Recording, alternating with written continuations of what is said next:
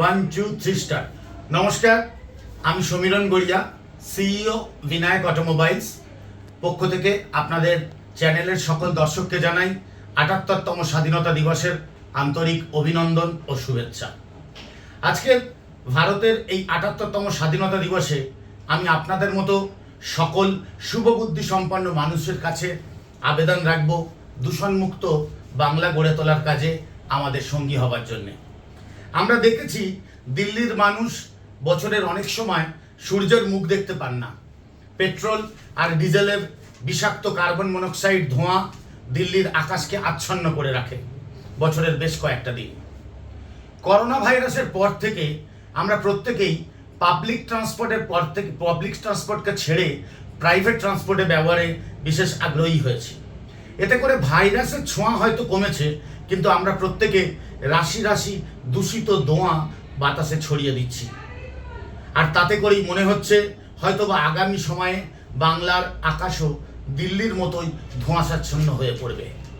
তাই আমি প্রত্যেক বিবেক বুদ্ধি সম্পন্ন মানুষের কাছে আমার আবেদন, আসুন দয়া করে দূষণমুক্ত বাংলা গড়ার কাজে বিনায়ক অটোমোবাইলের পাশে দাঁড়ান।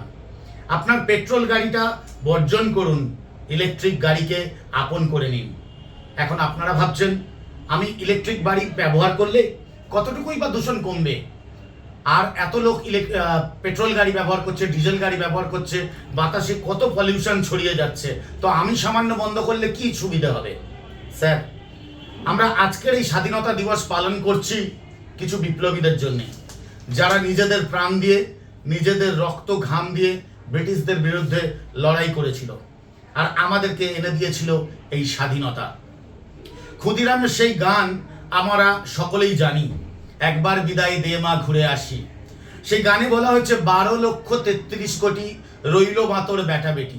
তাহলে এখানে আমরা দেখতে পাচ্ছি আমাদের জনসংখ্যা বলা হয়েছে ১২,৩৩,০০,০০,০০০।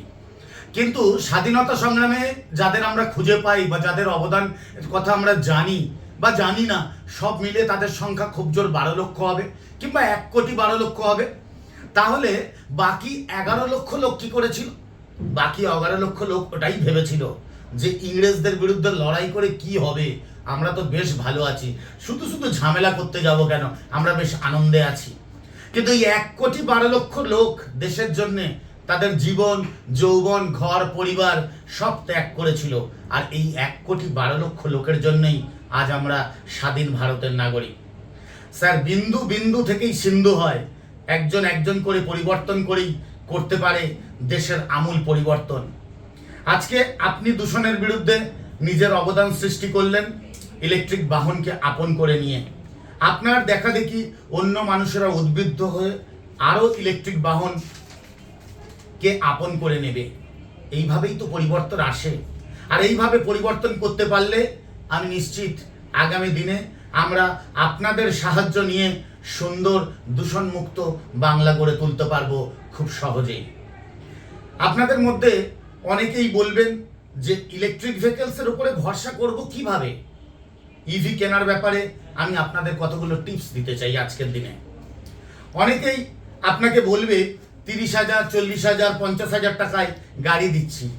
গাড়ি কেনার আগে ওই কোম্পানিগুলোর ওয়েবসাইট দেখুন, দেখে নিন ডিলারের কাছ থেকে সেখানে আপনারা যে দাম ডিলার আপনাকে কোট করছে বা ডিলার আপনাকে যে দাম বলছে ওই কোম্পানির ওয়েবসাইটে সেই দামটা শো করছে কিনা, বা যে গাড়িটার যে ফিচার্সগুলো ডিলার বলছে সেই ফিচার্সের সেম গাড়ি আপনার কি দামে মার্কেটে অ্যাভেলেবেল রয়েছে। তবেই আপনি সিদ্ধান্ত সহজে নিতে পারবেন। আপনি বুঝে যাবেন আপনার ডিলার বা কোম্পানি আপনাকে কম দামে দিচ্ছে না আপনাকে ঠকাচ্ছে। নাম্বার ২, গাড়ি পছন্দ করার আগে গাড়িটার যে যে কম্পোনেন্টের ওয়ারেন্টি দেওয়া হচ্ছে, যে যে কম্পোনেন্টের ওপর গাড়িটা দাঁড়িয়ে আছে, যেমন battery, motor, charger, controller, converter এবং টায়ার, এগুলোর ওপরে আপনার ডিলার বা আপনার কোম্পানি কতদিনের ওয়ারেন্টি বা গ্যারান্টি দিচ্ছে। এই ওয়ারেন্টির প্যারামিটারে আপনি গাড়ির দামের কম্পেয়ার করুন। যেমন মনে করুন একটা গাড়ির ব্যাটারির দাম ১০,০০০ আর তার ওয়ারেন্টি ১ বছর, আর আরেকটা গাড়ির ব্যাটারির দাম ২০,০০০, তার ওয়ারেন্টি ৩০০ পক্ষে প্রফিটেবল হবে সেকেন্ড গাড়িটা। এইভাবে ওয়ারেন্টির পরিপ্রেক্ষিতে গাড়ির দাম যাচাই করুন, আপনি ঠকবেন না।